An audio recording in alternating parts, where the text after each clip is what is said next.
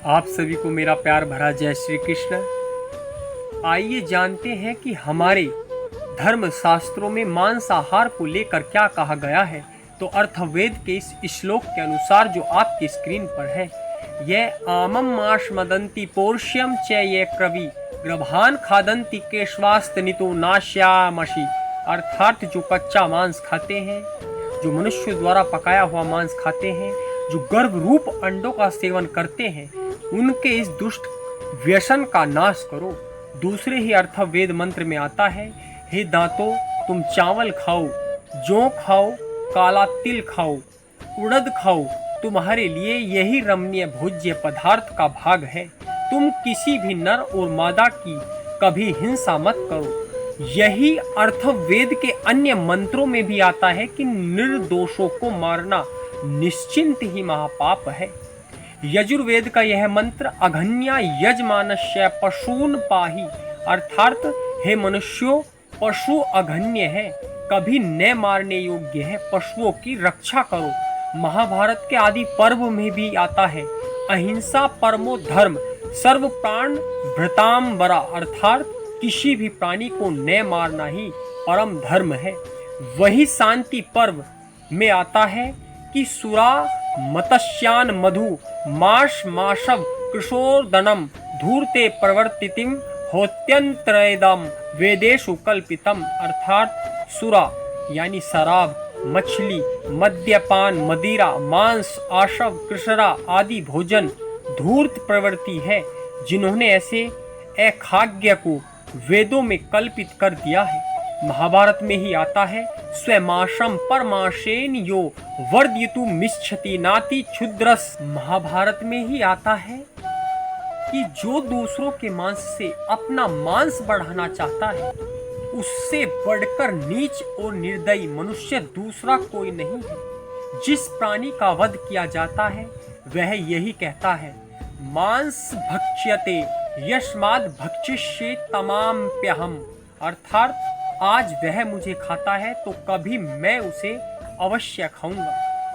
अनुस्मृति में लिखा है कि अनुमंता विशिष्यता निहंता क्रय विक्रही संस्कर्ता चोपहर्ता च खादक श्रोति घातका, अर्थात प्राणी के मांस के लिए वध की अनुमति देने वाला, सहमति देने वाला, मारने वाला, मांस का क्रय विक्रय करने वाला, पकाने वाला, परोसने वाला और खाने वाला सभी घातकी अर्थात हत्यारे हैं। काशी खंड में आता है कि जातु माशम ने भोक्तव्यम प्राण के सखंटंग तेरपी, अर्थात प्राण चाहे कंठ तक ही क्यों न आ जाए, मांसाहार नहीं करना चाहिए। इस्लाम के सभी सूफी संतों ने भी मांस से परहेज करना बताया है।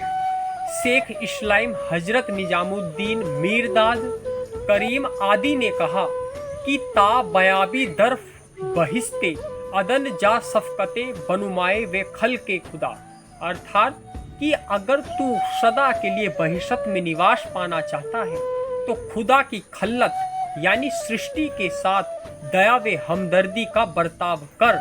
मीरदाद का तो कहना था कि जिस जीव का मांस आप काट कर खाते हैं उसका बदला आपको अपने मांस से देना पड़ेगा। कबीर साहिब तो मुसलमानों को संबोधित करते हैं कि वे रोजे भी व्यर्थ और निष्फल हैं, जिनको रखने वाला जिह्वा के स्वाद के वश होकर जीवों का घात करता है। इस प्रकार अल्लाह खुश नहीं होगा।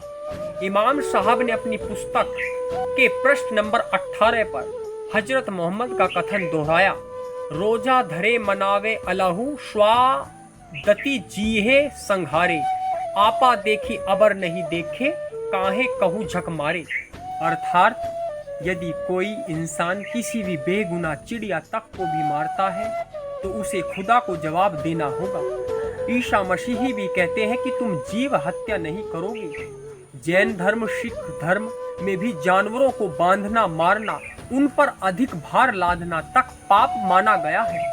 बौद्ध धर्म के पंचशील में कहा है कि प्रत्येक जीव किसी न किसी जन्म में, किसी न किसी रूप में अपना ही संबंधी रहा होगा, इसलिए उन सभी पर आप दया करो।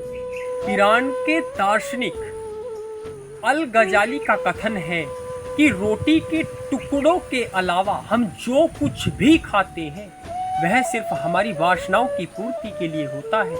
इसलिए मांसाहार की मनाही सिर्फ हिंदू सनातन धर्म में ही नहीं अपितु सभी धर्मों ने मांसाहार को गलत व महापाप बताया है। मांसाहार का त्याग एक समाज सुधार व परिवार कल्याण का कार्य है। किसी ने क्या खूब कहा, मन के हारे हार है मन के जीते जीत, नहीं खाऊंगा मांस में कहे इसी क्षण मीत। अर्थात निष्कर्ष में जब हम किसी भी जीव को प्राण नहीं दे सकते हैं, जीवित नहीं कर सकते हैं, तो हमारा कर्तव्य है कि हम निर्दयी निसहाय किसी भी जीव को अपने स्वाद के लिए नहीं मार सकते।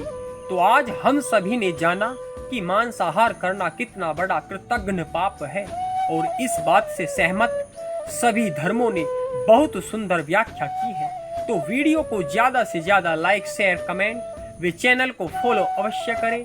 धन्यवाद। हरि बोल।